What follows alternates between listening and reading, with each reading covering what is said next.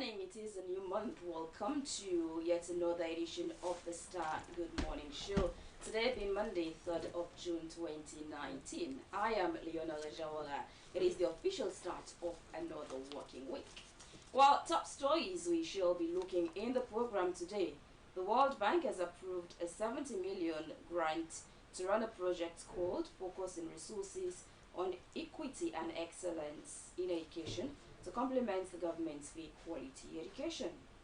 The Minister of Information and Communications, Mohamed Rahman Soare, has called for the collective support of citizens to tackle what it described as the menace that is grossly undermining the educational standards of the country. Residents at Toke and number 2 River have expressed disappointment over the poor road network, describing the effort of the CSC Construction Company as pretty much disappointing, and called on the government to speedily expedite the process leading to the completion of the roads. Well, these stories and more coming up shortly in the program today, and our wise word is from Norman Peale. He says, change your thoughts and you change the world. Well, my studio guest this morning, one of them is Brima Michael Toure. He is the Public Relations Officer of the Ministry of Senior Secondary Education. Exam malpractices is becoming rampant in the country. It has always been a thing of concern for Sierra Leone. We shall be looking more on that this morning. Good morning, Brima, and welcome to the program. Good morning, thanks for having me. Welcome. We're also expecting to have Thomas Mokonze shortly. But remember, the Star Good Morning Show is sponsored by Rokel Commercial Bank. Let's have a message from our sponsors.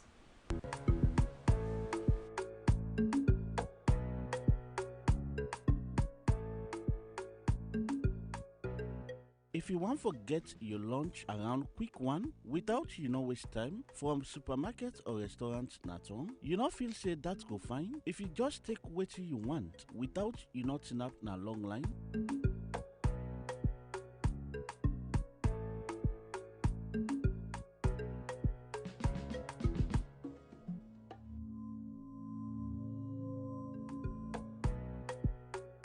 With Rokel Commercial Bank Copper Pass, a free, easy, and the fastest way for make payment with just your phone. Scan the Rokel Commercial Bank Copper Pass QR code and make your payment instantly. You don't need no internet na your phone. Rokel Commercial Bank, the bank of choice. 4 minutes gone past 9 is the time from our studio clock. And now let's begin the program with our first news item for today. The World Bank has approved a 70 million grant to run a project called Focusing Resources on Equity and Excellence in Education to complement the government's free quality education. Let's have more in this report. This is the third of the consultations we are having, and it is for participants from Northwest region. On Tuesday, we had those from the Eastern region in Kenema, and on Wednesday for South in Bo. Presently, work is being done on a project appraisal document. That is the document that will speak on a new project.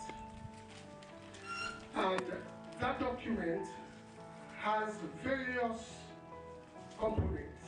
In the free education project, one of the key components within that project definitely will be focused on what's called improvements of physical learning condition, and that definitely will involve new school building, rehabilitation, renovation, and even refurbishment of new set of schools. And specifically for me, it was just like developing that principles that will guide if there's going to be any set of civil works being done within those communities, and a possible resettlement action plan has to be developed. Then for me to be able to actually develop the kind of guiding principle for them to be able to follow through in developing the resettlement action plan. Now, the first thing we did was to try to make a list of potential those who might be potentially affected by this project, and also other interested parties. So if you look at page 7 to 8, the components are listed down. I just use the example of component 1. Okay, so from 7 to 8, you have component 1, component 2, 3, 4, and 5. We want really to understand what it is, how it should be, how we should monitor. Because for you to monitor, you really know what you are monitoring. Some of us are not experts, we are not technical people, we are not in offices. And so if you are going to monitor somebody who has been in that office for all these years, he will come and tell you what you must not know. He will not tell you what you should know. That is why, Mr. Chairman, I want to thank you very much. We, the chiefs, appreciate this sort of meetings. It is, for now, a $70 million project put in by the World Bank, committed by the World Bank, and it's going to be a multi-phase approach program. There are other donors that have expressed interest in this package, and they'll be coming up with, hopefully, some more funding. I'm talking about the FID, IFID, I'm talking about Irish Aid and EU and all of them. So it's like a basket program. But for now, we are here because there is a component which is key, and of course in the implementation of this program, we must take cognizance of the environment and the social safeguards, especially where there is construction and you expect the community to be fully involved, the councils to be fully involved, and also where there will be contractors coming in to do some work, either from the council or within the community. There are certain standards that the World Bank has put forward that we must satisfy. The project has been conceived, but it will not begin because there are processes. The project approval document is one, and then it will have to go to negotiation. The legal people will have to look at it. It will have, the grant agreement has to be signed, and finally it has to go to Parliament for ratification.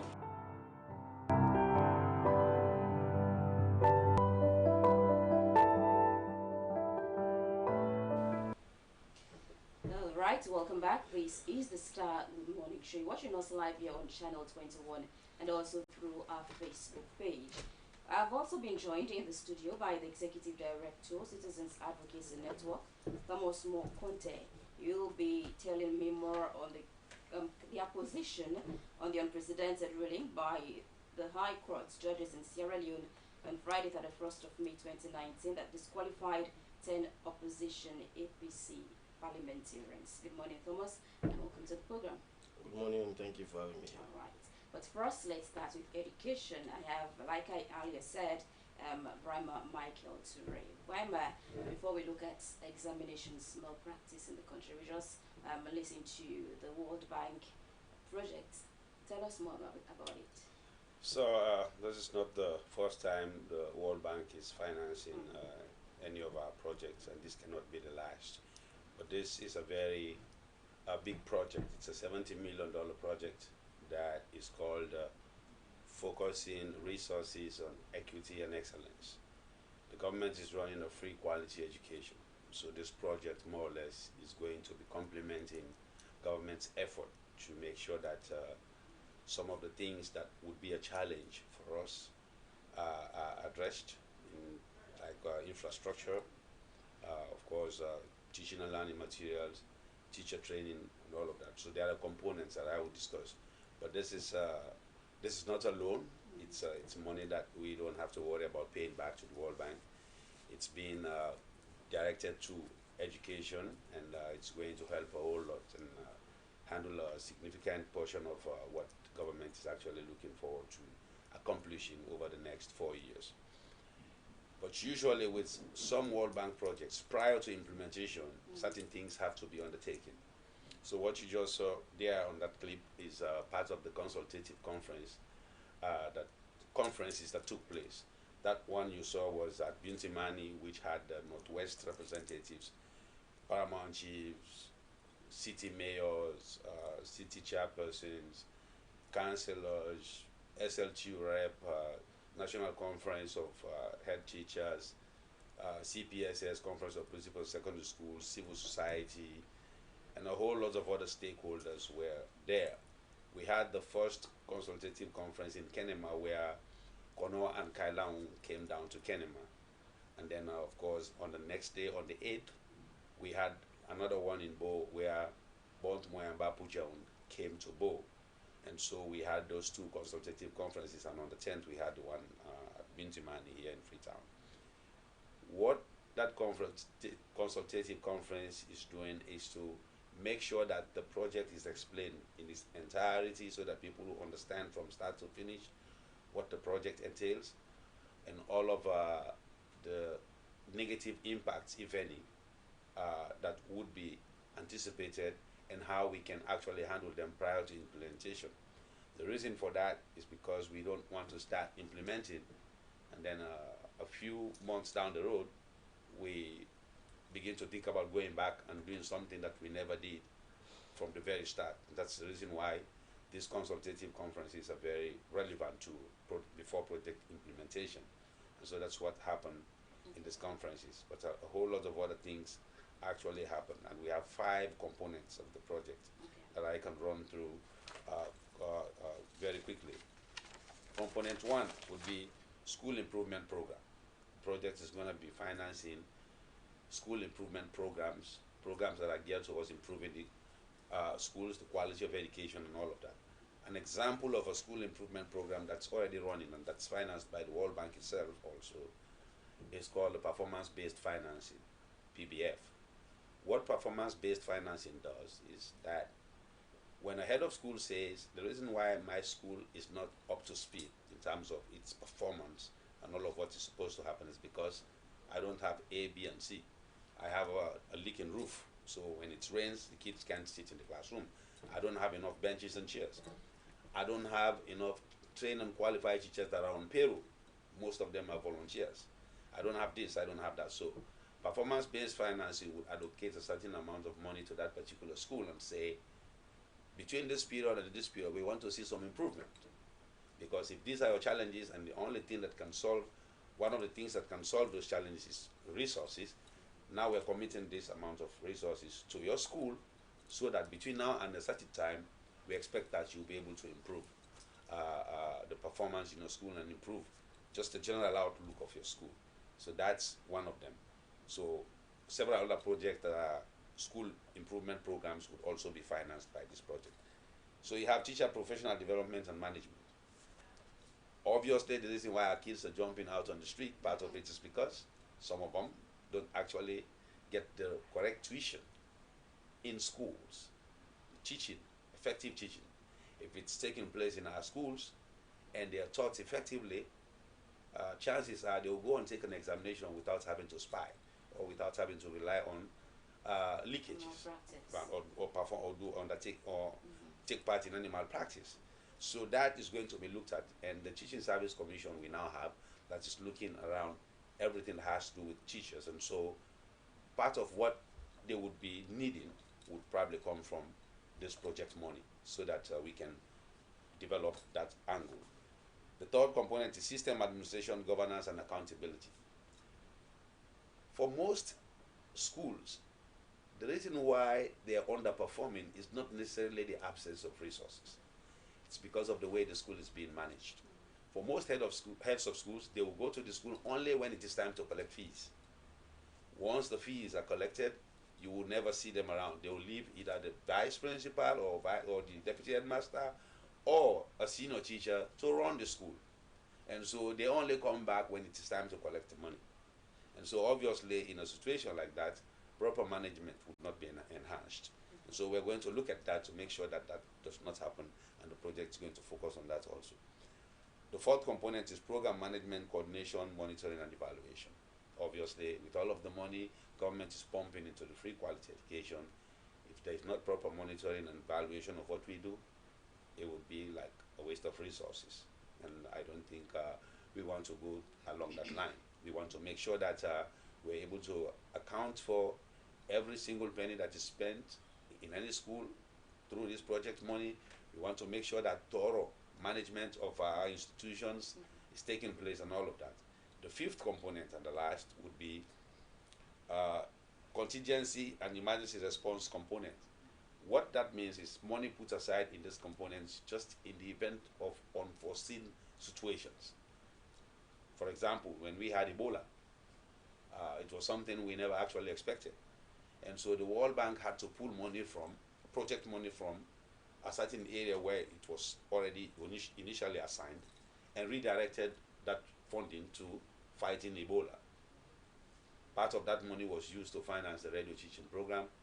Part of it was used to buy thermometers, buckets, and other things that were provided at the time. So that's why this component, its lessons learned from the past. So now World Bank would put money aside in the event of any unforeseen circumstance. So these are the 5 main components of this project. Right. Now, money is being spent on the free quality education. So much effort has been made. But now the spate of exam malpractice, it's becoming increasingly a thing of concern for Sierra Leone. And it's obvious that over the years, efforts being made to curb this menace is not yielding the desired results. What's the main cause for that? So the reasons are diverse and various, but sometimes I marvel at people who just immediately jump into conclusion and pounce on WAEC and say, oh, WAEC is the one that is responsible for this.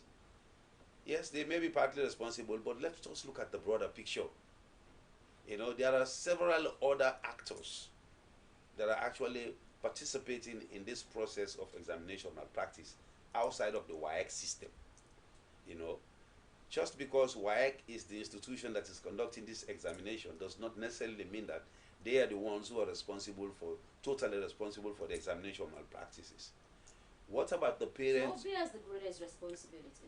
So what about the parent who knows very well that by paying money to anyone so that the child could get this examination materials beforehand, but then still would go ahead and pay money so that the child would get this examination things and then pass and get to the next level of education? That parent is equally incapacitating that child and is equally culpable of examination malpractice, because it is that parent that is giving out the money. The parent who is also paying money to these camps that are being organized. We know the primary reason for organizing these camps is for the camp organizers to actually have access to the examination with question papers before time, leakages, so they can bring them to these camps, and then kids would pass, and then they will say this is one of the best camps, and so the following year they will make more money. Okay, so how about those who are agents who would stand out of the examination centers to write out these things, write out scripts for kids who are in there taking the examinations? All of this, yes. When WAEC was being pounded on that the leakages are coming from WAEC and this is why this is happening, this head of national office that's there now, Mr. Arnold Kamara, who has been head of national office for just a little over 2 years, has put measures in place to where leakages are now a thing of the past. He decided as head of national office to spend more money and create some security code around the sacks where these materials are being kept. So the manufacturers would create these sacks and then give them some serious security coding. That security coding would not be released to Mr. Arnold Kamara, who is head of national office here in Freetown, until 30 minutes to the examinations before the manufacturers release that code to him. He would not release the same code to the center supervisors around when it is examination time until 15 minutes to the examinations. That measure, all by itself alone, was able to solve the problem of leakages. So since he actually assumed office, there has not been a sporadic, what they call it, of leakages all over the place because of the measures that he has actually decided to put in place. Yes, money is a factor, but ideas also can solve problems. We understand that over the years, WAEC has been struggling a whole lot in terms of resources and all of that. Because the arrangement between WAEC and the government would be that we pay them 50% before the examinations and then 50% after the examinations for any examination. But that has not always been the case, and WAEC has been struggling over this for a very long period of time. Quite recently, the government came out big and actually paid some money before the examination, which helps WAEC tremendously. And so, if that continues, government support and the will, and then all of us also as a nation, if we are able to know that this is not good for us, that it's not something that we should rejoice over, then we can begin to solve that problem. Because it's all encompassing, all of the stakeholders, all of us are responsible for what's happening. So all of us have to come on board and fix it. All right, Michael, I'll come back to you shortly, and shortly I will join Thomas Mukunte. But quickly, let's have this break.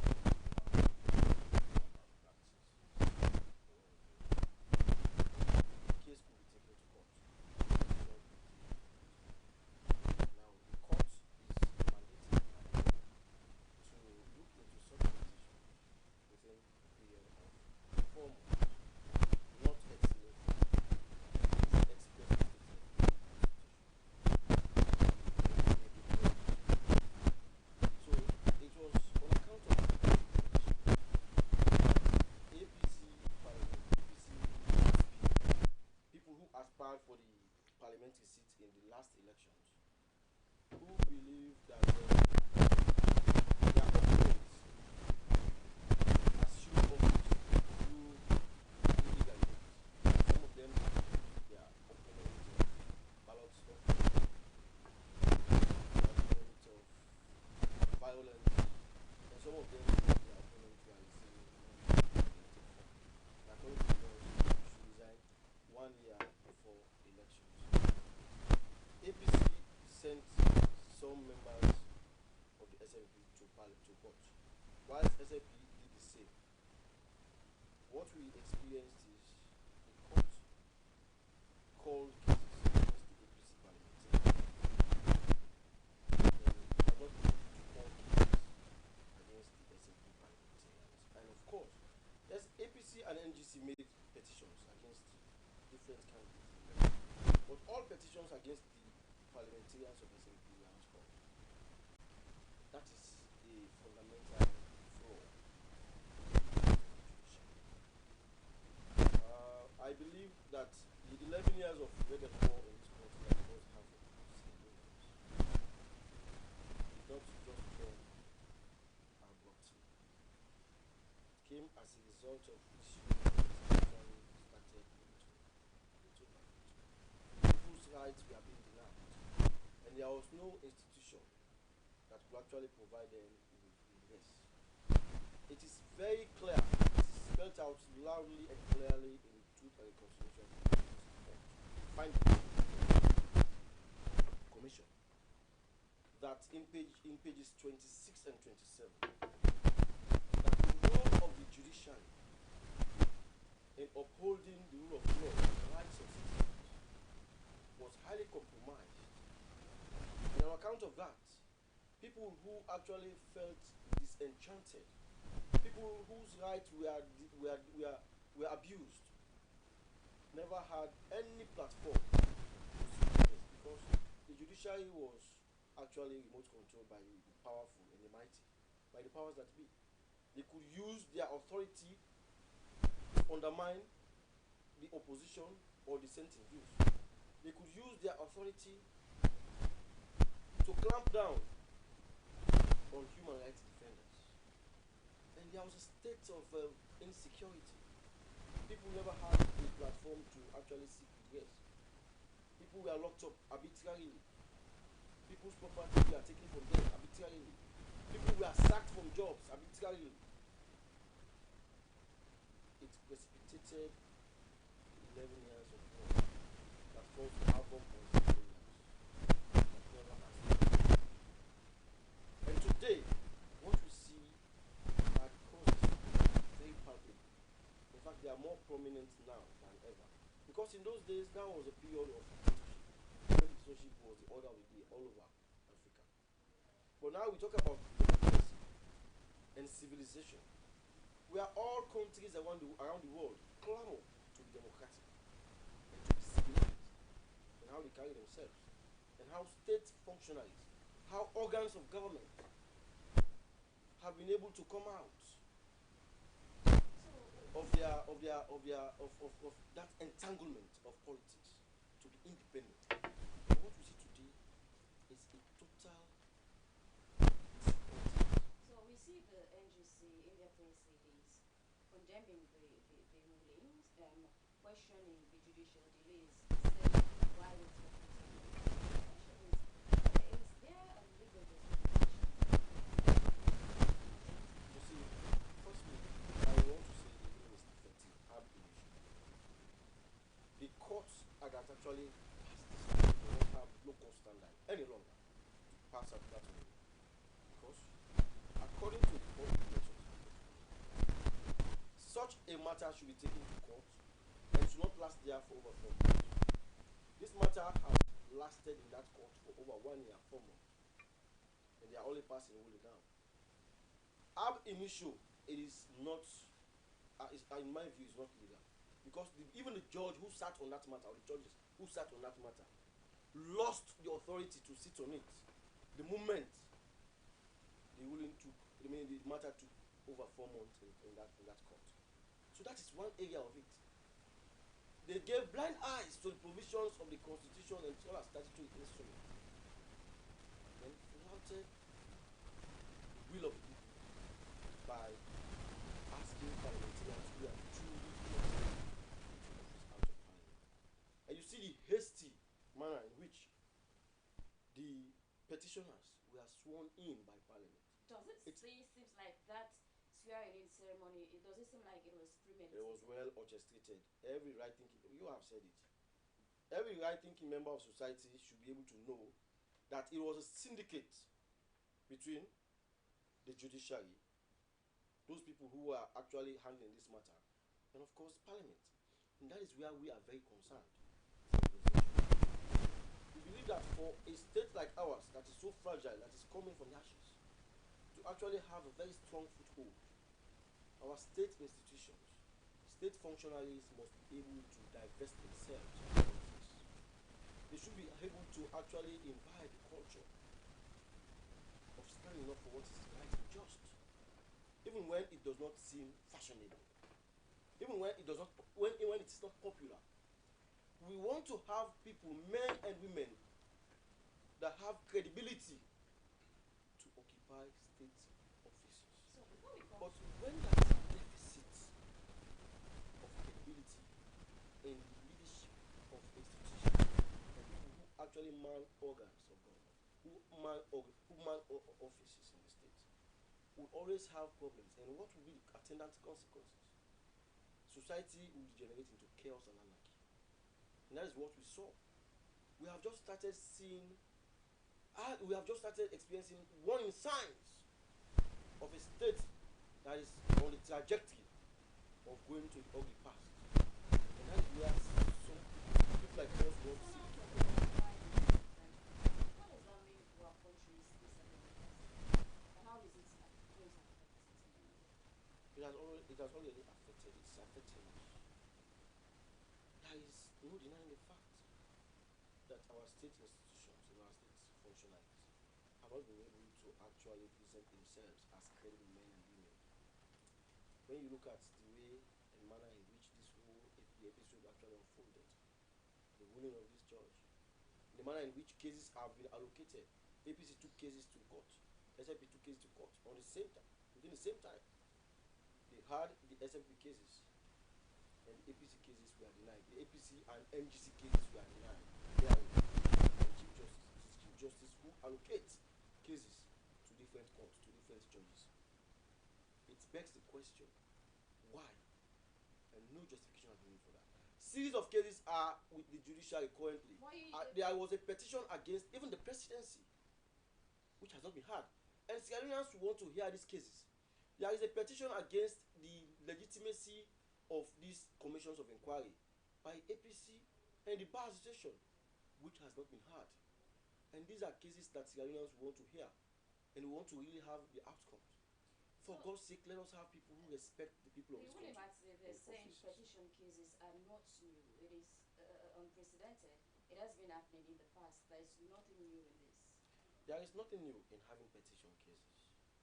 I have said earlier on that it is provided for by law that if there is an issue with an electoral process, so anybody who feels disenchanted could take a matter to court. But the difference in this matter is, one, the time frame legally provided for by court by the statutory instrument to look into such matters had elapsed over 1 year ago, which makes the ruling and the judge very illegal.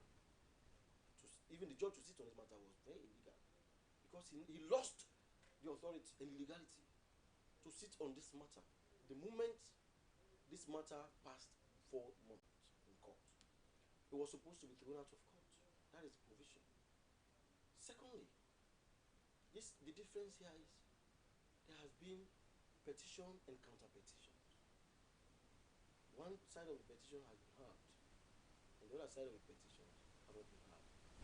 It is against the principle of natural justice.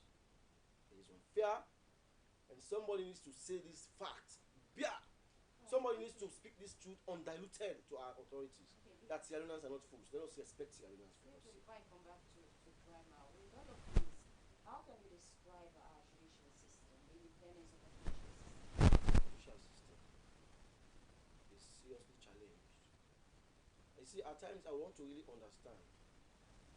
When you have a situation where the chief justice, work at the behest of the president, they attain office through State House. He appoints them into office, and he has the authority to some extent to relinquish them, to move them from office. There is nothing impossible. You have a situation where it will be difficult for somebody to really uphold credible tenets. There will always be some kind of dangling here and there. You want to really appease your paymaster. You want to appease your employer. You always want to work with what your employer wants. And that is exactly what is affecting even the Sierra Leone police. And one of the things that have actually come up and that my organization will be looking into and will be advocating for is for these institutions to be actually provided with the independence that they deserve. Not just on paper. The appointment of Inspector General of Police should be very independent. Because why do we have a police force that will change in no second upon the change of regime? We all know how SLPP was crying foul of police brutality, of unprofessionalism of the Sierra Leone police. The moment a change of government took place, you experienced a police force that was so receptive, that was so defensive of the SFP now in government. You want to ask the question, why? It's because when you have an inspector general who occupies office at the pleasure of the president, who can be fired any minute by the president, he now has the responsibility to satisfy his boss, to go by the dictate, to go by the agenda of his boss, or to go by the agenda of the political party in government. Because failure which will lead to his sacking, or will lead to other things that are untold. So now these issues have warranted a lot of reform. We are going to continue to advocate for these reforms in these institutions, our judiciary, the police, because these are very important organs of government that are supposed to actually maintain decorum in the state. Look at the alleged police brutality in the country. Let's look now on education. Let's turn our attention to education. Brahma is still with me in the studio.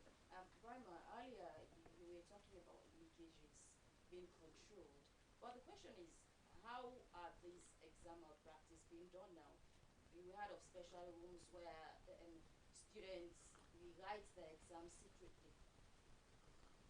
So the reason why you see our pupils today now jumping out on the street and condemning government and crying down government is because since they can no longer lay hands on the question papers before the examinations, the next thing that they would want to do is to spy in the examination hall.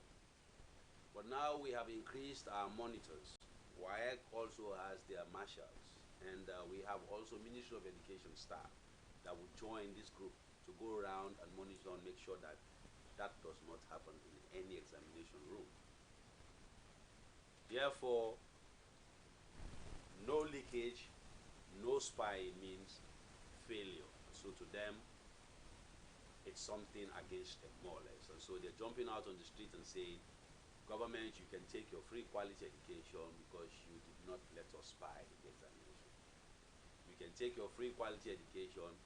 Mr. President, don't tell us you were not spying when you were in school. Those reckless statements that they were making. In the first place, go school where the president went. It's not a school where you can go and hope to spy in those days. It's not everybody that even goes there in the first place. So these are some of the problems that we now face because measures are now being put in place to discourage both leakages and spying in the examination hall. Before we look at the measures being put in place, it's disheartening to see students relying on examination malpractice, spying to get a degree or to pass an examination. So the question is, what are the main factors responsible for the rampant exam malpractice? So prior to the war, back in the days, we were known as the artists of West Africa, right? For the strength of higher education. You would see students coming from different parts of the African continent to this country to get education, okay? Several of them. I saw Kenyans, I saw Nigerians, Ghanaians, I saw Gambians who were given a Honda scholarship to Gambia to send their students here to access education at Milton Magai, Njala, and Frabe College, and several of the other teacher training colleges. I saw Namibians when I was in Putloko Teachers College. So these people were coming. Now no one is coming. That was immediately after the war. Up to the 90s, our education was still strong. Gambians were still coming up to that time. But immediately after the war, we were taking 11 years back. Everything almost like went downhill. So when people keep saying, oh, the war ended so many years ago, we should not, we were put 11 years back. Where we were supposed to be at the time of the war is where we are now. We went 11 years back, so we're like fast forwarding to get to where we're supposed to be. And so when we finally said we should send our kids back to school, we were in a mad rush to get them into the classrooms. So whoever came forward at the time and said, I am a teacher, I was teaching in this and that place, but I don't have my certificate because I lost them during the war, we would just send them to a classroom because we wanted teachers in the classrooms at the time. That was how we started watering the system. Inadvertently, I would say, because we didn't have a choice at the time. So our trained and qualified teachers had either left or lost their lives in the war. And so we were sending every Jack and Jill that came forward and said I was a teacher. So in that malpractice affecting our education system today? It's affecting it considerably. People graduate from the university and they can't even represent the certificate for which they had graduated from that university. That is where the problem is. And very soon, if we don't handle this, you will take your certificate from here to another country and they'll throw it before your face. Because all of a sudden, other countries will begin to see us as a nation that has institutionalized spying and malpractice. And so when you take your certificate to that country, they will say Sierra Leone, where we already know spying and malpractice is an institution. No, this is fake. So it will jeopardize every genuine certificate because the majority of the certificates are the result of malpractice. That is the danger we face as a nation if we don't handle this. Regardless of the outcry, regardless of the whatever the people are now saying, the reaction, they're busting government vehicles, they're throwing stones at people, doing all kinds of things in reaction to a government saying, we can no longer continue to allow you to spy. What is the possible solution? What are the measures being put in place to stop this? So apart from the fact that we have increased our monitors and we now have vigorous ways of actually monitoring the examinations, government is now considering putting together a committee that's going to look into all of this examination malpractice thing. So it's going to be an ongoing thing. And that is what we need. We have to have, call it whatever, committee, a secretariat, a council, whatever it is, but there has to be a body that should begin to look into all of these issues, the factors responsible, and how we can mitigate those factors so that we can have credible examinations that we can be proud of. Last year we sent 33,000 candidates for the school wars. This year, because of free education, you know how many? Over 137,000 school wars candidates. So in my view, and that's what I kept saying throughout the past 2 weeks when I'm on radio or television, if out of 137,000 that have taken this examination, if we can only have even 30,000 passing the examinations, those that we can lay hands on and say these are genuine passes, people that we can vet and say we can send you anywhere and we stand by you, so be it. Because it is no longer about numbers. We can't play games around this thing. We announce big numbers. Oh, we sent 137,000 and now we have 120,000 passing. Is it genuine pass? Can they represent those certificates when they get to the university? But look at the absurdity here.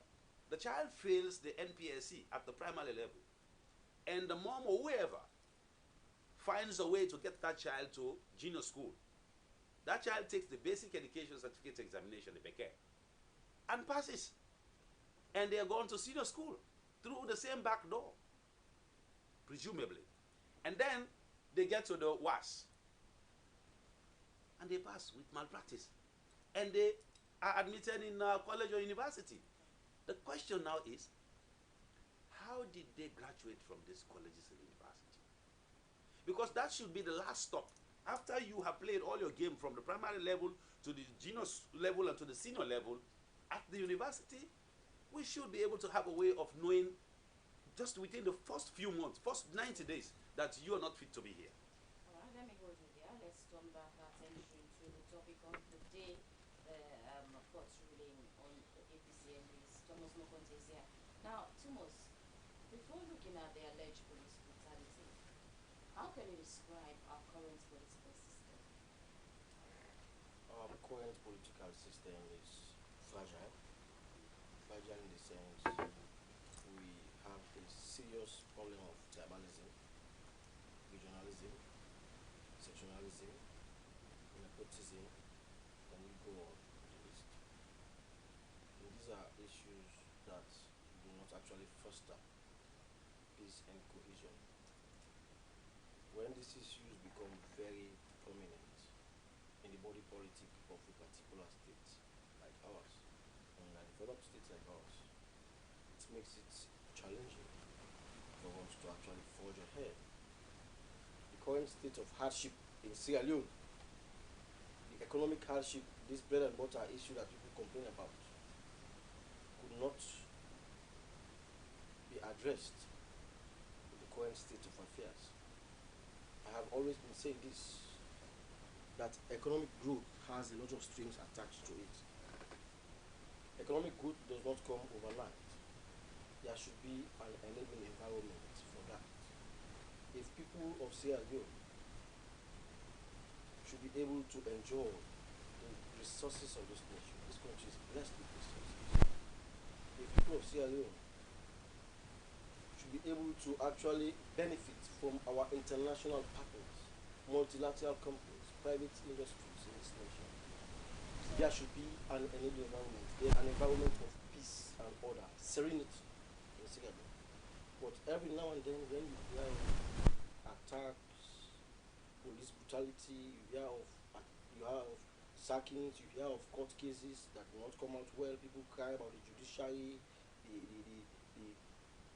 biasness of the judiciary, people care about the biasness of the police, people care about institutional failures. It sends a message to the outside world that this is not a place ready. This is not an environment that is prepared for development. And people who have their multilateral companies, who have made honest monies, will find it difficult to come to Sierra Leone. And government cannot provide all the jobs. Government cannot actually provide all the opportunities for citizens. Even in countries like USA, it is the private sector that employs people. So that when government does not actually have that platform to provide jobs for people, what they do is, and especially when they have promised their supporters over time that we are going to give you jobs when we come to power, as is very evident in a video that was making the rounds from the chief minister himself, a peace and conflict expert supposedly, telling people in Kenema that they are going to lift ban on jobs, and that when they do, they are going to employ people in the Kenema and SFP party in particular. And even for the planting of trees, they are going to ensure that they are going to give that to the SFP people and the Kenema people. You actually understand that there is a serious problem in this state. So we always see continuous cycle of retribution, retaliation, eye for an eye. It has dogged Sierra Leone's politics for over decades. How do we move from this? I tell you the truth, when President Bio took over office, a lot of Sierra Leoneans actually had a belief that it was going to be a new direction, as was promised. They captioned it very well. It was well thought out. The name, New Direction. Sierra Leoneans fell for it. Because Sierra Leoneans actually want a new direction. Sierra Leoneans want to depart from this tribal, regional, sectional victimization, attacks, misuse of state institutions, the police not being independent, judiciary being very corrupt, the parliament being a lame dog, playing on the lap of executive. All of these issues, Sierra Leoneans, we are seeing them. Even those people that you think are not educated have been following the issues. They have been following trends. And they said, unanimously, Sierra Leoneans agreed through the ballot, not through the barrel, through the ballot, that we want a change. APC, you have spent 10 years, okay, thank you. Go, we want a new direction, promised by President Maada Bio. The new direction was supposed to be a direction that will provide a space of peace and tolerance, that will give institutions the scope and latitude to do their jobs unhindered, unfiltered. But what we see in the new direction is like, as you said, it's like a tit for tat. We see a government that is being run on malice. These are things that people will not speak. Some of us will speak some of these issues because it is on account of the silence of people who are supposed to speak, civil society, the media, that countries like Rwanda degenerated into chaos. Some of us will speak out as things are, because I'm not going to go big person. I'm not going to go libelate to nobody. Until and unless we have a state that is willing to accept dissenting views, we have a leadership that will view all Sierra Leoneans as his subjects, irrespective of where you come from, irrespective of the tribe, irrespective of what political party you belong to. We will continue to have challenges in this state. A state like Sierra Leone is seriously fragmented. Seriously fragmented. Even the pastors and imams, interestingly now, are fragmented. You have the APC pastors and imams, you have the SFP pastors and imams, you have the APC journalists, you have the SFP journalists, you have the APC civil society, you have the SFP civil society. state like this, you have to have a leadership. Everything rises and falls on the leadership. Now, with all this party allegation of party politics, we see the turnout of the court ruling and the divided nation that we are in. We ask the question, the essence of the Bintumani Free, the outcome of it, with all these events coming out, is it going to affect it? You see, I envisioned it from the organization of the whole process, the Bintumani process. I envisioned a monumental waste of taxpayers' monies and resources of the international community, UNDP in particular. When you organize such an event, it is an event that should be all-inclusive from the incipient stage. What I was expecting was for President Biyu to adopt Uhuru Kenyatta policy, Uhuru Kenyatta style. What did Uhuru Kenyatta do in Kenya? What did he do in Kenya? After elections, in fact, they had a serious problem that was more than what we are facing in Sierra Leone. Thousands of people lost their lives. A lot of properties were lost. There was a serious division. The opposition declared himself leader of a particular region. There was a divided state. What he did, genuinely, honestly, and patriotically, was to call his opposition parties, all of them, even the tiny ones, behind closed doors, as a president. Not even on media, whatever. He called them in his office, started talking to them. We are all Kenyans. Let us love this country. Let us put aside our differences. Now, how do we go forward from this predicament? It was from those meetings that they agreed unanimously that let us have a national breakfast and prayer for peace and national cohesion in our state. The initiative of having that particular program was born out of consistent meetings with all other sectors. All views were sorted out. Not a single man seated in his office trying to gain political or score political points and then lord it over on people. That was where it started. So that is why you see certain people were dissociating themselves from the process. You don't just wake up in the morning and call people to a process when you know that there are serious divisions. That's where it started. And when they had it, the opposition did not go. Other political parties did not go. Some people were denied going.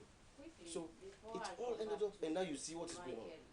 This alleged police brutality, what's your take on police reputation? Do we see Sierra Leone having a professional police force? You see, I will tell you that I have had a fair share of disappointment in the Sierra Leone police since I started my civil society activism a little over 2 years ago. One of the issues I have faced with the Sierra Leone police is their inability to be able to handle riotous conduct from the citizens. There is what is known as the principle of proportionality. You don't shoot somebody who only slapped you. You know, they take gun, you shoot somebody who slap you.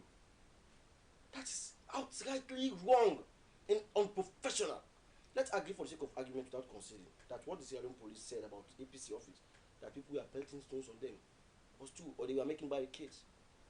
Is that sufficient for you to terrorize the entire community to a point that even an old woman who was in her store selling kukri, as we say in our local parlance, they sell kukri, was attacked, beaten mercilessly with the butt of a gun? She was bleeding from head to toe. Her breast was out, expressing a lot of pains and what have you to the public. That singular action in itself actually erodes whatever argument the police presents to the people in this country. Let me bring in Brahma quickly. Let's look on education again.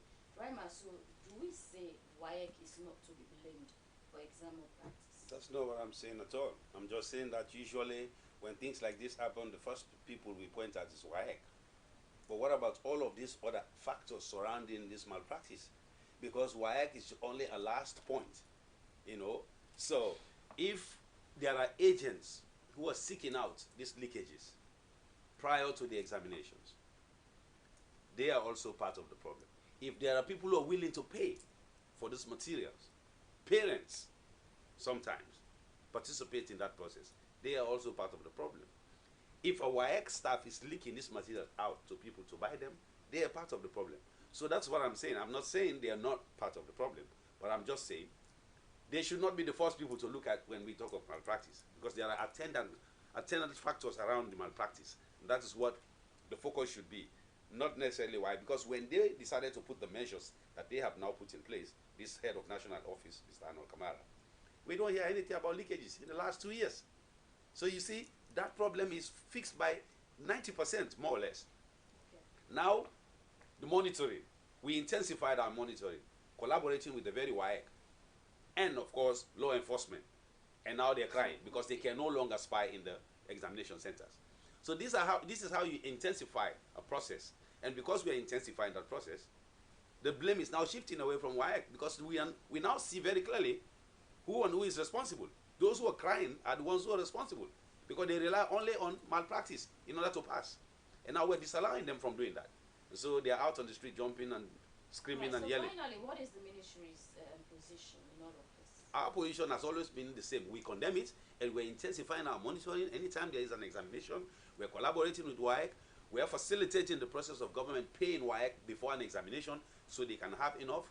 WAEC is going to increase at least in what they give out as remuneration to examiners, so that they will encourage them not to seek out money from these people who are still hoping that examiners will seek them out and then get money from them so that they can mark their papers in their favor. So all of these things are in place. Plus, the government is now considering very seriously putting together a body, whatever they would call it later on, we will know. But there are plans already to do that, to have a body that's going to look into examination malpractice, so that between now and perhaps the next 4 or 5 years, we would have reduced that considerably, or eradicate anything you call examination malpractice, hopefully. Okay, thank you so very much. Is Raima Michael Suri, Deputy Director and PRO, Ministry of Senior Secondary Education. Thank you so very much. Quickly, Thomas, what is your organization's position?